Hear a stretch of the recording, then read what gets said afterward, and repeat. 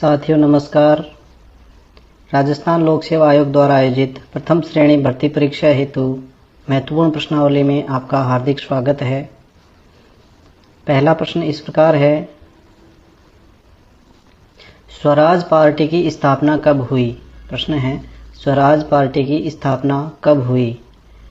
Option है दिसंबर 1922, जनवरी 1923, मार्च 1923 या दिसंबर 1923।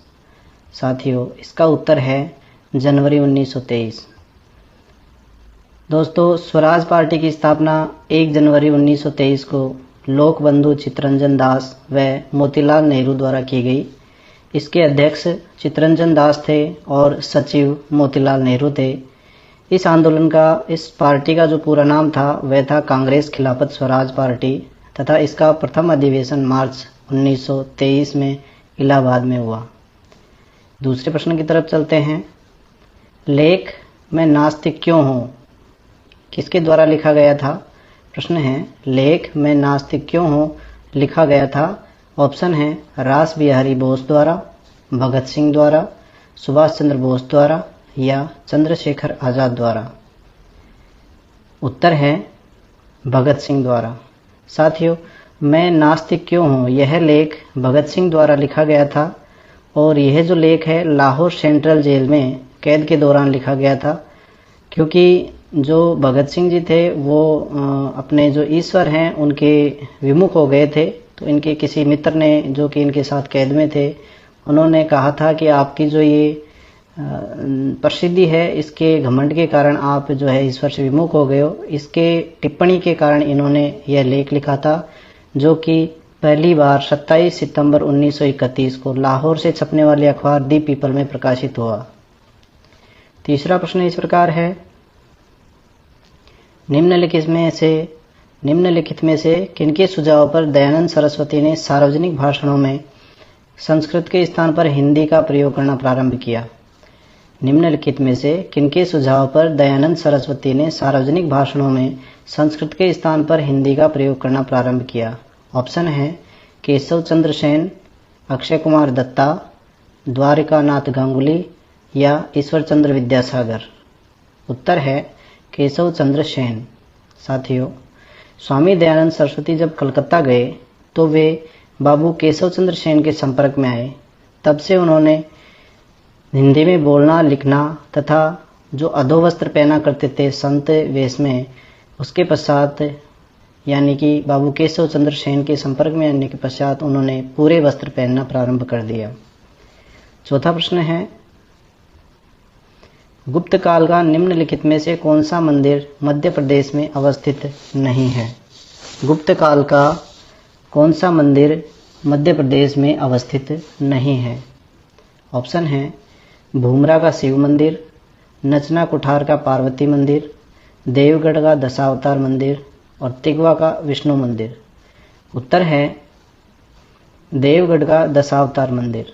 साथियों, बाकी सभी जो मंदिर हैं वो मध्य प्रदेश में स्थित हैं, लेकिन यह जो देवगढ़ का दशावतार मंदिर है यह उत्तर प्रदेश के ललितपुर, जिसका पुराना नाम झांसी प्राचीन झांसी था, के देवगढ़ स्थान पर स्थित है। यह मंदिर गुप्त काल में बने जितने भी मंदिर थे उनमें सबसे सुंदर था और इस मंदिर में भगवान विष्णु, नर नारायण और गजेंद्र मोक्ष व रामायण महाभारत के बहुत सारे अच्छे सुंदर मनोहारी दृश्य अंकित किए गए हैं। पांचवा प्रश्न है, इनमें से किसने एज ऑफ कंसेंट बिल 1891 में जो हुआ का विरोध किया था? ऑप्शन है महादेव गोविंद रानाडे, आरजी भंडारकर, बंकिम चंद्र चटर्जी और चौथा है बाल गंगाधर तिलक। उत्तर है बाल गंगाधर तिलक। साथियों, यह जो बिल था वह तत्कालीन राज्य जो अंग्रेज राज्य था उसमें एक लड़की थी, 11 साल की बंगाली लड़की, जिसका नाम फूलमणि था। उसके साथ उसके पति के द्वारा जबरदस्ती शारीरिक संबंध बनाने के कारण उसकी मौत हो गई थी। इसमें सुधार के लिए अंग्रेजों ने यह बिल लाया था, जिसमें कि लड़की की जो उम्र है वो शारीरिक संबंध बनाने के लिए शादी के पश्चात वह 10 वर्ष से बढ़ाकर 12 वर्ष कर दी गई। लेकिन बाल गंगाधर तिलक द्वारा इसे हिंदू विरोधी करार देते हुए इसका विरोध किया गया। छठा प्रश्न है, विश्व प्रसिद्ध मिसोन या माइसोन मंदिर समूह दक्षिणी पूर्वी एशिया की किस प्राचीन राज्य की धरोहर है? साथियों, ऑप्शन है चंपा, श्री विजय, माताराम या फूनान। यह जो है इसका उत्तर वो है चंपा। साथियों, ये जो चंपा है वह वियतनाम में स्थित है और वियतनाम है वो पूर्व में चीन का एक राज्य होता था, जो कि एक नदी के संघर्ष के कारण इसको अलग कर दिया गया। तथा ये जो जितने भी राज्य थे वियतनाम में वे सभी भारतीय संस्कृति से प्रभावित थे तथा इसमें सबसे ज़्यादा बौद्ध धर्म है उसके अनुयायी थे। यहाँ शिव जी के सबसे ज़्यादा मंदिर पाए गए हैं तथा इनमें शिव जी के अनेक नामों से पूजा की जाती है। यहाँ के राजा थे जो कि चामू कहलाते थे, वो 4वीं शताब्दी से 14वीं शताब्दी के बीच में ये जो मंदिर है वो बनाए गए थे। इनमें सबसे पहला और जो सबसे प्रमुख मंदिर है वो भद्रेश्वर है। 7वां प्रश्न है, किस समाचार पत्र के माध्यम से विजय सिंह पथिक ने बिजोलिया किसान आंदोलन को समूचे भारत में चर्चा का विषय बनाया? प्रश्न है, किस समाचार पत्र के माध्यम से विजय सिंह पथिक ने बिजोलिया किसान आंदोलन को समूचे भारत में चर्चा का विषय बनाया?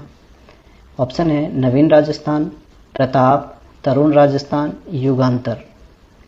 ऑप्शन है प्रताप। साथियों, नवीन राजस्थान जो है वो भी इनके द्वारा ही किया गया था, लेकिन और उसका नया जो दूसरा नाम था वो था तरुण राजस्थान। लेकिन पूर्व में जो कानपुर से निकलता था और जिसके संस्थापक और जो है उसको छापने वाले वो थे गणेश शंकर विद्यार्थी। इन्होंने और विजय सिंह पथिक दोनों ने मिलकर के बिजोलिया किसान आंदोलन के दौरान इसको चर्चित बना दिया। और जो विजय सिंह पथिक थे उनका जो मूल नाम था वो भूप सिंह था, जिन्होंने बाद में 1915 में फिरोजपुर षड्यंत्र में अपना ये जो नाम है वो बदल लिया था। तथा इन्होंने गांधी जी के संपर्क में आने के बाद में जो राजस्थान केसरी नामक है वो भी पत्र निकाला। हालांकि जो बिजोलिया किसान आंदोलन था उसके दौरान प्रताप जो पत्र था इसका ही सबसे महत्वपूर्ण उपयोग हुआ। 8वां प्रश्न है, श्री वैष्णव संप्रदाय से निम्न में कौन संबंधित है? श्री वैष्णव संप्रदाय से निम्न में कौन संबंधित है? ऑप्शन है वल्लभाचार्य, रामानुज, चैतन्य या मीरा। उत्तर है रामानुज।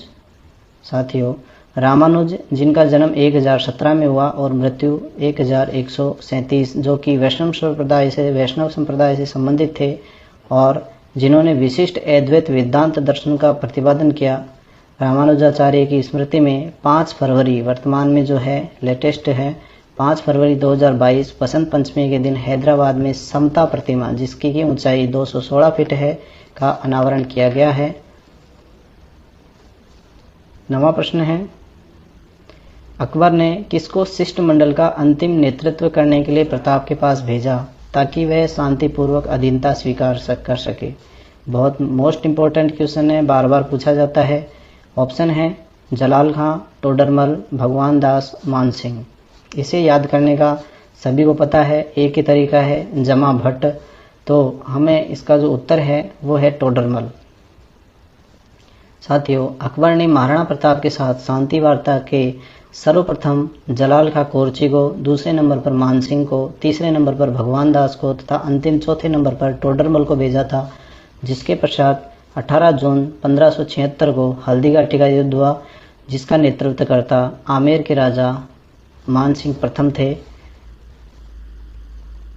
10वां प्रश्न है, जनगणना 2011 का जो जनगणना 2011 है वह कौन सा जनगणना सर्वेक्षण था?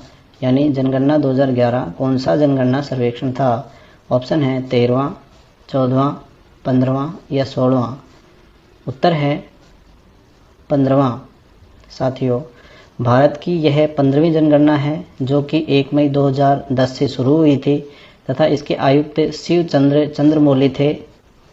भारत में यह जो जनगणना का कार्यक्रम है यह 1872 से किया जा रहा है। यह पहली जनगणना है जो कि बायोमेट्रिक 2011 में जो जनगणना हुई है वह बायोमेट्रिक पद्धति से की गई है।